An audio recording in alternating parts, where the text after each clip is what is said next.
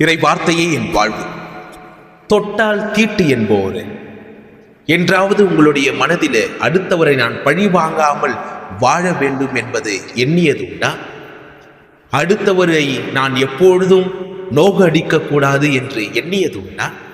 அடுத்தவரை நான் இழிவாக நடத்தக்கூடாது என்பது உங்களுடைய வாழ்க்கையிலே நீங்கள் எண்ணியதுண்டா? அடுத்தவரை நான் மிதித்து என்னுடைய அதிகாரத்தை காட்டாமல் வாழ வேண்டும் என்று எண்ணியதுண்டா? என்னுடைய அதிகாரத்தை கொண்டு அடுத்தவரை நான் அடிமையாக நடத்தக்கூடாது என்பது உங்களுடைய வாழ்வில் எண்ணியதுண்டா? அடுத்த பெண்களை பார்த்து நான் இழிவாக நினைக்கக்கூடாது என்பது என்னுடைய வாழ்விலே நான் நினைத்ததுண்டா?